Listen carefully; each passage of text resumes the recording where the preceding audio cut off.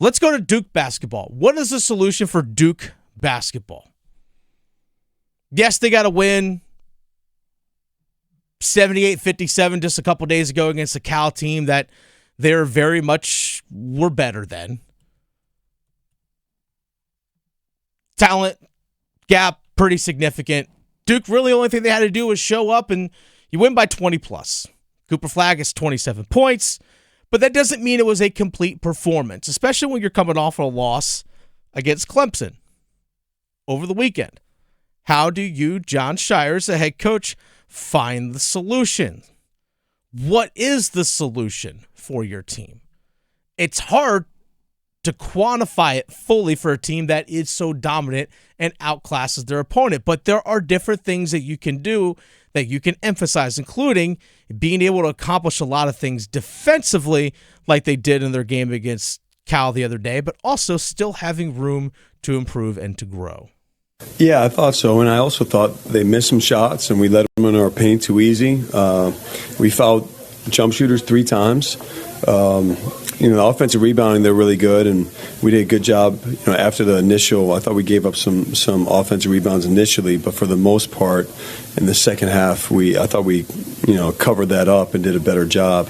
But I think there's still a lot there, John. We have to get better at, and look, they shot 41% in the second half, so our defense was very different for me in the first and second half, and that can't change when I sub. That can't change as the game wears on. We have to be very consistent with that. And I don't think we're quite where we need to be with that right now. I think the solution for Duke basketball in order to be better on the defensive end, in order to put more stress on the opposing teams, is to actually push the pace maybe a little bit further. You have the depth, especially really all across the board. You have 9 guys that you can run. You have 9 guys that you can run. Now that you have Mason Gillis back, that also helps the lineup. Exactly. Helps you down low, too, in size. Gillis provides versatility because he can go down and play the 5. Again, a very undersized 5, but at 6'6", obviously is more of a backup guard, but can go down low if necessary. Malik Brown being back helps a bunch as well. But maybe you need to use Caleb Foster a little bit more, Isaiah Evans a little bit more, and push the tempo a little bit.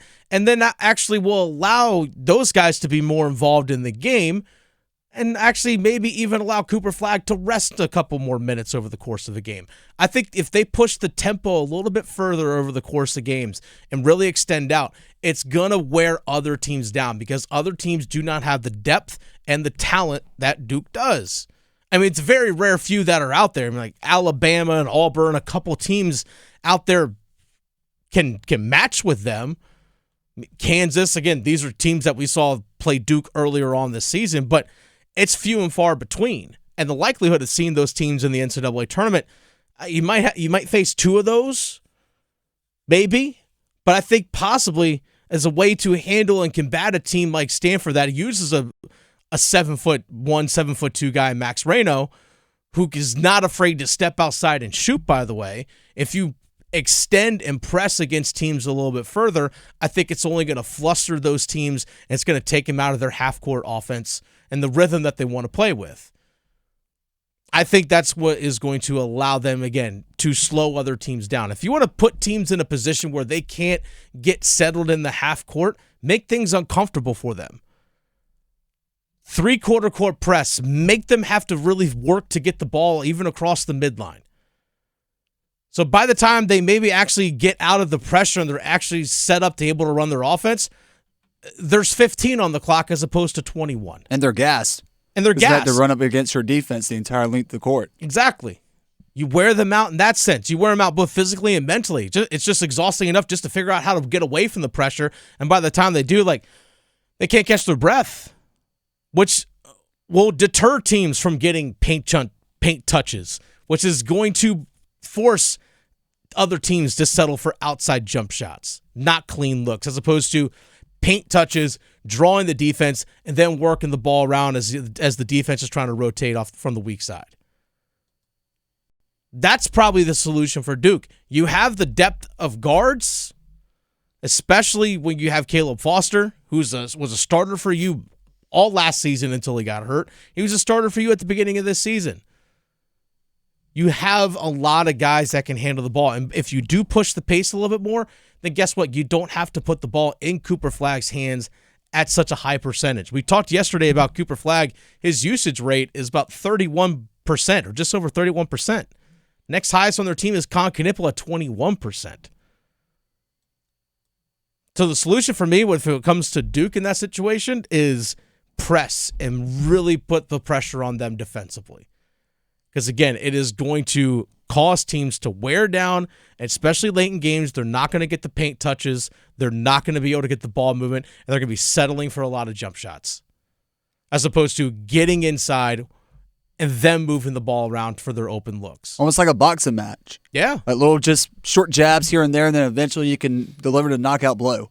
Body Whether shots. it's another Cooper Flagg slam dunk, Tyrese Proctor, three-point shot, come on, Milo watch, doing the dirty work down low up against the boards. Seems very versatile.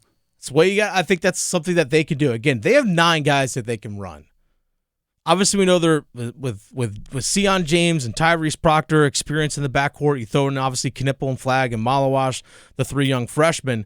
Those guys are starting, but you have Foster, Evans, Gillis, Malik Brown. Patrick Gongba is another guy. Really, if you need to throw in a 10th guy, you can throw Gongba in there as well, just to get even 5 minutes, just to spell Brown and spell Malawash if you need to. There's a lot of versatility with their lineup. Push, because that's a tempo that you might have to play with come tournament time. And they play Saturday and they play Monday. Get your body used to that turnaround of you play one day, get the next day off, you got to follow it back up 2 days later. Saturday, Monday, you're going to get 2 games in 3 days in the NCAA tournament. It's just how it works. You got to do that each weekend of the tournament. Get your body used to it.